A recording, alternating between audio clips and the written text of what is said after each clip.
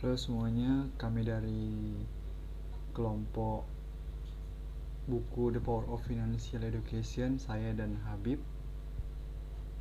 akan mempresentasikan tentang buku The Power of Financial Education ini ya. Jadi yang ditulis oleh Robert T. Kiyosaki. Nah, jadi sebelumnya saya akan menjelaskan tentang biografinya dulu dari Robert Toru Kiyosaki ini. Nah, jadi nama lengkapnya itu adalah Robert T. Toru Kiyosaki, lahir pada 8 April 1947.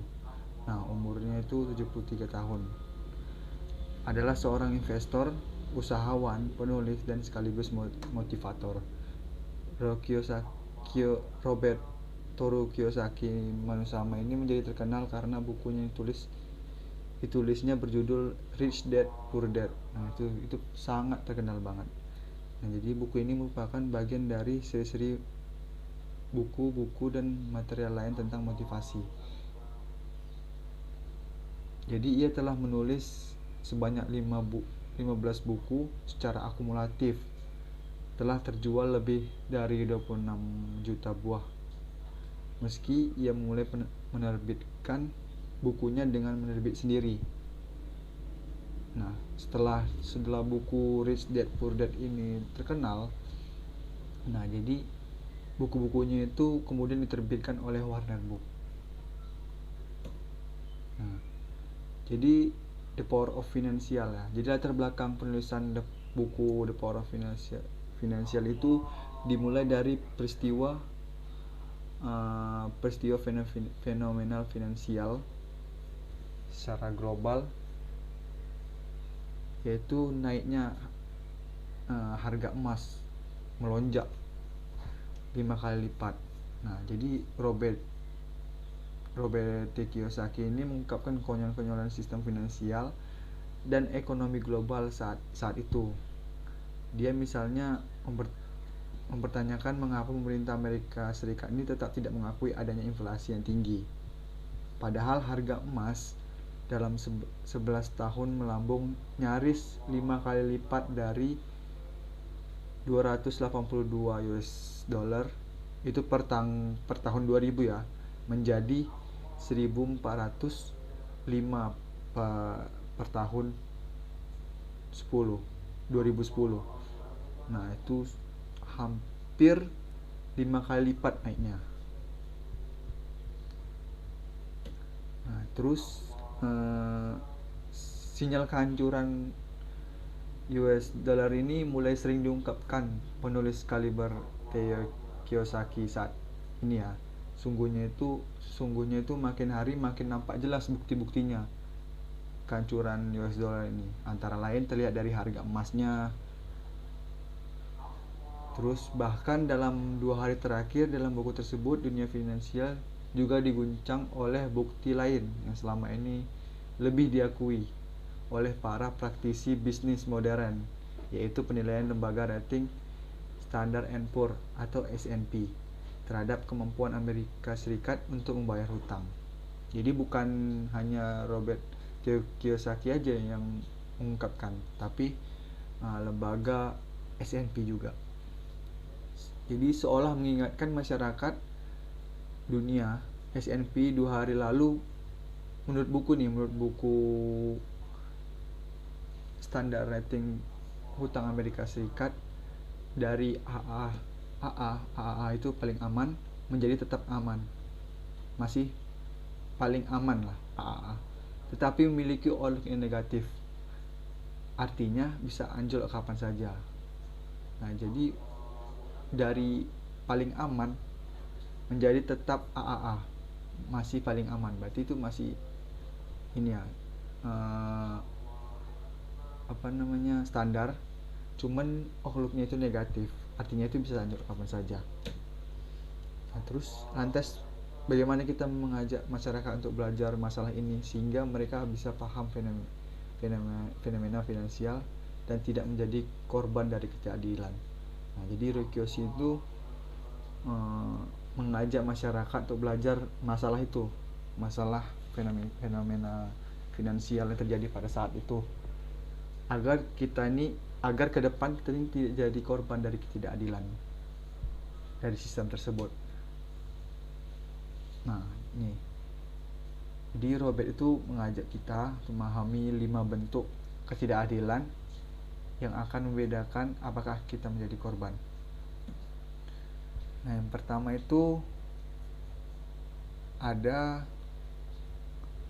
ketidakadilan pertama itu ketidakadilan tentang hal pengetahuan atau knowledge.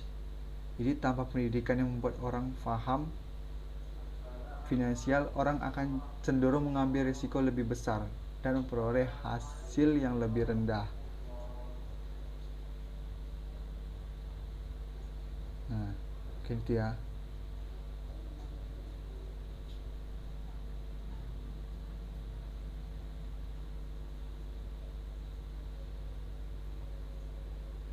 Jadi menurut Robert ini, tanpa paham finansial, orang akan secara tradisional berinvestasi di rumah atau yang tidak produktif, atau stok,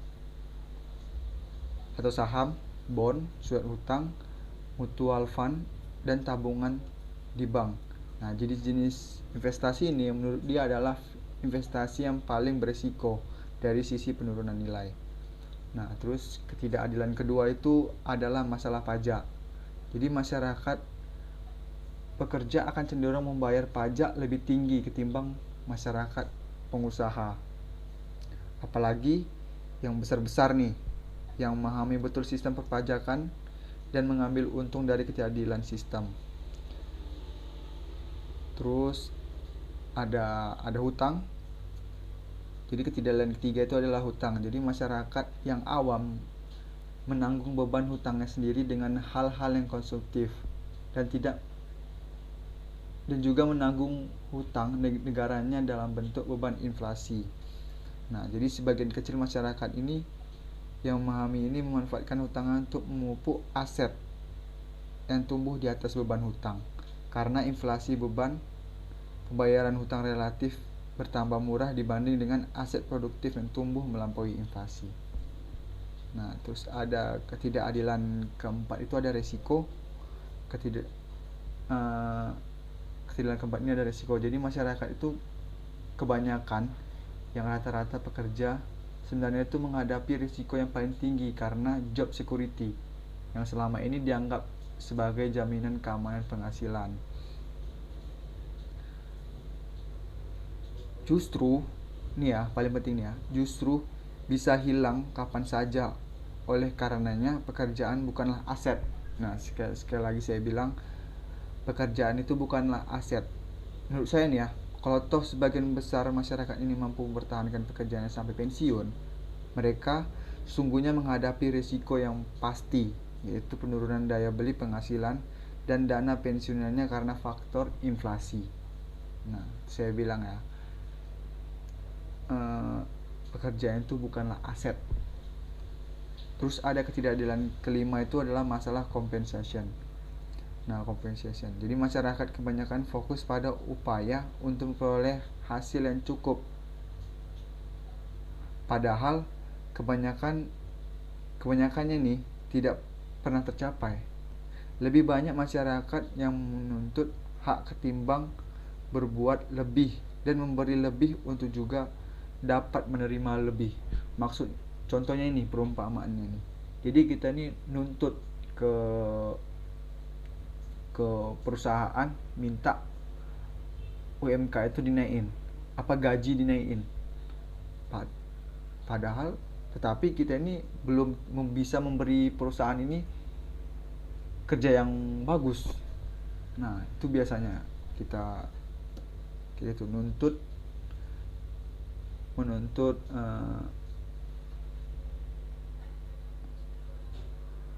hak yang lebih, padahal kerja kita itu belum bagus gitu.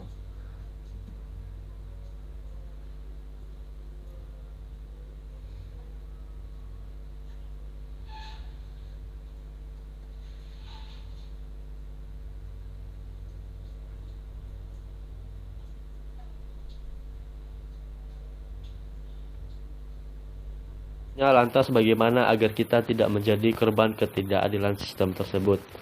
Yang pertama, kita harus memahami fenomena finansial seperti inflasi, beban pinjaman, sistem perpajakan, dan lain sebagainya.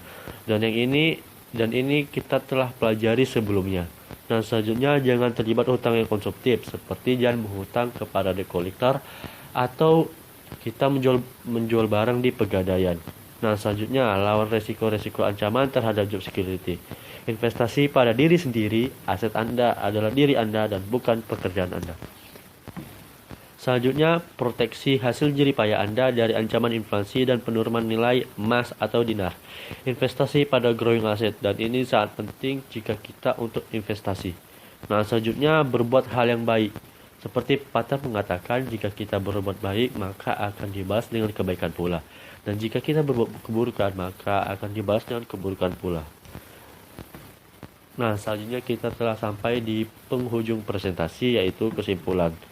Setelah begitu banyak bukti statistik dan ilmunya begitu banyak ditulis orang dari berbagai latar belakang, maka seharusnya kita bisa perkasa melawan fenomena ketidakadilan finansial bila kita mau belajar. Nah, belajar ini sangat penting untuk kita. Nah, kutipan yang kami ambil dari buku ini ialah Our greatest asset is our mind. If your mind is well developed, it can create immense and instant well-being. Aset yang paling hebat adalah pikiran kita. Jika pikiran Anda berkembang dengan baik, maka dapat menciptakan kesejahteraan besar dan instan. Nah, mungkin itu saja sekian dari presentasi kami. Bila ada kesalahan mohon dimaafkan. Saya Abdilal Habib dan rekan saya Nyoman Krishna Prebawa pamit undur diri. Wassalamualaikum warahmatullahi wabarakatuh.